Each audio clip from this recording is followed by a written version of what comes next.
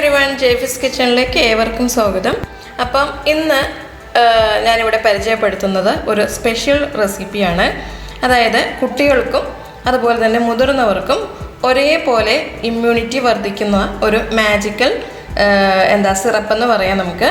അത് വളരെ എളുപ്പത്തിൽ ആകെ രണ്ട് ഇൻഗ്രീഡിയൻസേ വേണ്ടൂ. അപ്പം അത് വെച്ചിട്ട് അത് എല്ലാവരുടെയും കയ്യിൽ അവൈലബിൾ ആയിരിക്കും. ഒന്ന് നെല്ലിക്കയും പിന്നെ തേനുമാണ്. അപ്പോൾ ഈ രണ്ടെണ്ണം വെച്ചിട്ട് എങ്ങനെയാണ് ഇമ്മ്യൂണിറ്റി ബൂസ്റ്റർ ഉണ്ടാക്കുന്നതെന്ന് നോക്കാം. വളരെ എളുപ്പമാണ്.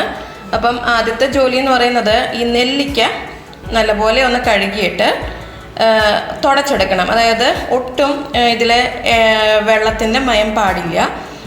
വെള്ളമയം ഉണ്ടെന്നുണ്ടെങ്കിൽ പെട്ടെന്ന് ഇത് കേടാകും. അപ്പോൾ ഇത് 40 ദിവസമാണ് വെക്കേണ്ടത്. അപ്പോൾ അതുകൊണ്ട് തന്നെ ഒട്ടും വെള്ളത്തിൻ്റെ മയം പാടില്ല. അപ്പോൾ നല്ല പോലെ തുടക്കണം. അതായത് ഓരോ നെല്ലിക്ക എടുത്ത് ടിഷ്യൂ പേപ്പർ വെച്ചിട്ടോ അല്ലെങ്കിൽ നല്ലൊരു ടവൽ വെച്ചിട്ടോ ഒന്ന് തുടച്ചെടുക്കുക. ഇപ്പോൾ ഞാനിവിടെ എടുത്തിരിക്കുന്നത് 1 കിലോൻ്റെ നെല്ലിക്കയാണ് എടുത്തിരിക്കുന്നത്. അപ്പോൾ ഞാനിവിടെ യൂസ് ചെയ്യുന്ന ബോട്ടിൽ ഗ്ലാസ് ബോട്ടിലാണ്. അപ്പോൾ നിങ്ങൾക്ക് ഗ്ലാസ് ബോട്ടിൽ ഉപയോഗിക്കാം. അല്ലാന്നുണ്ടെങ്കിൽ ഭരണി ഉണ്ടാവുമല്ലോ, ഭരണി യൂസ് ചെയ്യാം. നമ്മൾ പ്ലാസ്റ്റിക്കിൻ്റെ പാത്രങ്ങൾ ഇതിന് യൂസ് ചെയ്യാറില്ല.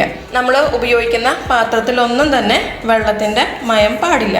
അപ്പോൾ അത് വെയിലത്ത് വെച്ച് ഒന്ന് ഉണക്കിയിട്ട് വേണം ഉപയോഗിക്കാനായിട്ട്.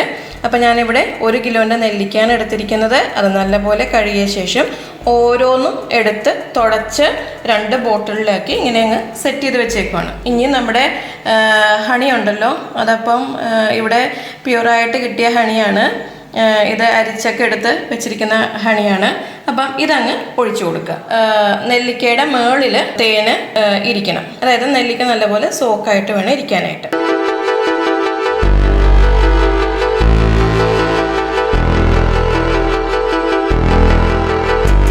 ഓക്കെ, അപ്പം ഞാൻ നല്ലപോലെ ഇത് സോക്ക് ചെയ്ത് വെച്ചു. ഇങ്ങനെ 2 ബോട്ടിലും റെഡിയാക്കുക. ഇപ്പം ഒരു ബോട്ടിലോട്ട് 2 കപ്പ്, അതായത് 500 ml ഹണിയാണ് ആവശ്യമായിട്ട് വന്നത്. അപ്പം ഇത് ഒരു കാര്യം ശ്രദ്ധിക്കേണ്ടതെന്ന് പറയുമ്പോൾ നെല്ലിക്ക വാങ്ങിക്കുമ്പോൾ ചെറിയ നെല്ലിക്കയായിട്ട് വാങ്ങിക്കുക. ഇവിടെ കിട്ടിയത് വലിയ നെല്ലിക്കയാണ്. അപ്പോൾ നിങ്ങൾ വാങ്ങിക്കുമ്പം ചെറിയ നെല്ലിക്ക നോക്കി വാങ്ങിക്കുക. അപ്പോൾ ഇത് സോക്ക് ചെയ്ത് വെക്കാനും ഒക്കെ എളുപ്പമായിരിക്കും. അപ്പം ഇത് ഇനി ചെയ്യേണ്ടത് നല്ല പോലെ അടച്ചിട്ട് കബോർഡിൻ്റെ ഉള്ളിലാക്കി വെക്കുക. അധികം സൺലൈറ്റ് അടിക്കാൻ പാടില്ല. അതുകൊണ്ട് ഇരുട്ട് ആയിട്ടുള്ള സ്ഥലത്ത് വേണം വെക്കാനായിട്ട്. അപ്പോൾ കബോർഡിൻ്റെ ഉള്ളിൽ നല്ലപോലെ അടച്ച ശേഷം വെക്കുക. ഇത് 40 ദിവസത്തേക്കാണ് നമുക്ക് സൂക്ഷിക്കേണ്ടത്. അപ്പം 40 ദിവസം ഇത് വെളിയിലിരിക്കണം. അപ്പം ഒരു 2 ദിവസം കൂടുമ്പോൾ തടിത്തവി വെച്ച്, അത് നല്ല ക്ലീൻ ആയിരിക്കണം, അതുപോലെ തന്നെ ഡ്രൈ ആയിരിക്കണം.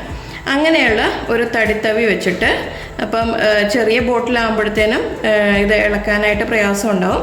അപ്പം അതിൻ്റെ പിടിക്കുന്ന ഭാഗം ഉണ്ടല്ലോ, അത് വെച്ചിട്ട് നന്നായിട്ടൊന്ന് ഇളക്കി കൊടുക്കുക.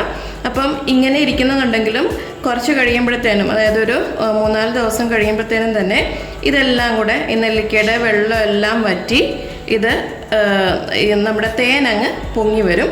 അപ്പോൾ ഒന്ന് ഇളക്കി കൊടുക്കണം. അപ്പോൾ അതുകൊണ്ട് തന്നെ കുറച്ച് ഗ്യാപ്പ് ഇവിടെ ഇട്ടിരിക്കണം. ബോട്ടിലിൽ ഫുള്ളായിട്ട് നമ്മൾ നിറച്ച് വയ്ക്കരുത്. കുറച്ച് ഗ്യാപ്പ് ഇട്ടിരിക്കണം. എന്നിട്ട് ഇടയ്ക്കൊന്ന് ഇളക്കി കൊടുക്കുക. അതായത് ഒരു 2 ദിവസം കൂടുമ്പോൾ നല്ല ക്ലീൻ ആയിട്ടുള്ള ഒരു തവി വെച്ചിട്ട് ഇളക്കി കൊടുക്കുക.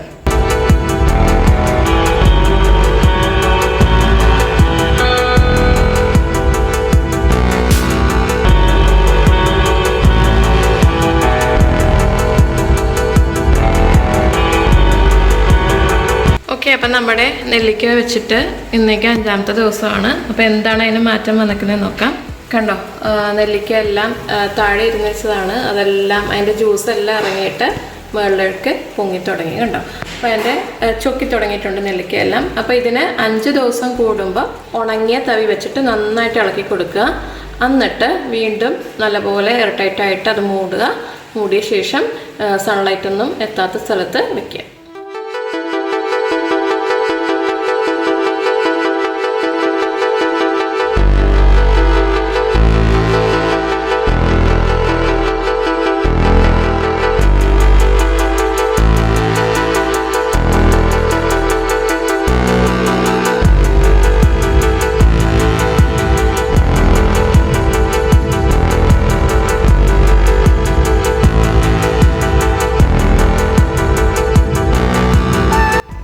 ഓക്കെ, അപ്പം നമ്മുടെ നെല്ലിക്ക 41ാമത്തെ ദിവസമാണിത്. കണ്ട് നന്നായിട്ട് അലിഞ്ഞൊക്കെ വന്നിട്ടുണ്ട്. ഇനി നമുക്കിത് അരിച്ച് മാറ്റി വയ്ക്കണം. അപ്പോൾ അതിന് വേണ്ടിയിട്ട് ഞാനൊരു ഉണങ്ങിയ പാത്രം എടുത്തിട്ടുണ്ട്, ഒരു അരിപ്പ എടുത്തിട്ടുണ്ട്. ഇതിലോട്ട് നമുക്ക് അരിച്ചൊഴിക്കാം.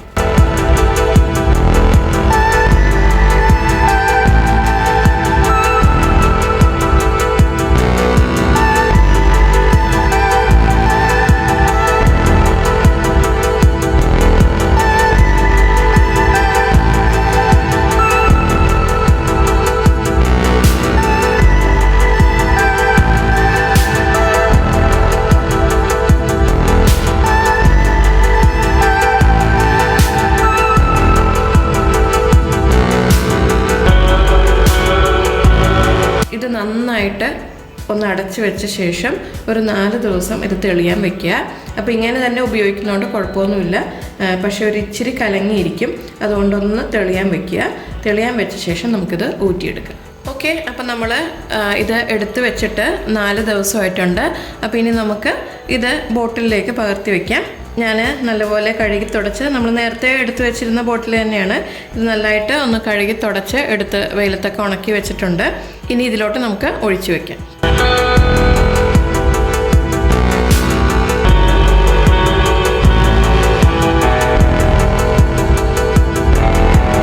ഇതിൻ്റെ അടിഭാഗം കണ്ടാൽ മനസ്സിലാവും ചെറിയതായിട്ട് മട്ടുണ്ട്.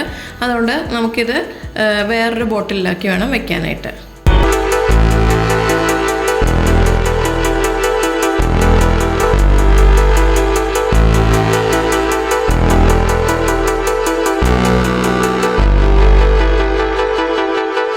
ഇത് ഉപയോഗിക്കുമ്പോൾ നല്ല ഡ്രൈ ആയിട്ടുള്ള സ്പൂൺ വെച്ചിട്ട് വേണം ഇതിൽ ഉപയോഗിക്കാനായിട്ട്. വെള്ളത്തിൻ്റെ അംശം ഉണ്ടെങ്കിൽ പെട്ടെന്ന് അത് ഫെർമെൻ്റ് ആകും, കേടാകാനായിട്ട് ചാൻസ് ഉണ്ട്. ഓക്കെ, അപ്പം എല്ലാവരും തന്നെ ഇത് ട്രൈ ചെയ്ത് നോക്കുക. ഷുഗർ ഉള്ളവർക്കും വലിയവർക്കും കുട്ടികൾക്കും ഒരേപോലെ കഴിക്കാൻ പറ്റുന്നവയാണ്. നമ്മുടെ ഇമ്മ്യൂണിറ്റി ഒത്തിരി ഇമ്പ്രൂവ് ചെയ്യാനായിട്ട് ഹെൽപ്പ് ചെയ്യുന്ന ഒരു ഡ്രിങ്കാണിത്. ഡ്രിങ്ക് എന്ന് പറയാൻ പറ്റില്ല, ഒരു സിറപ്പാണിത്.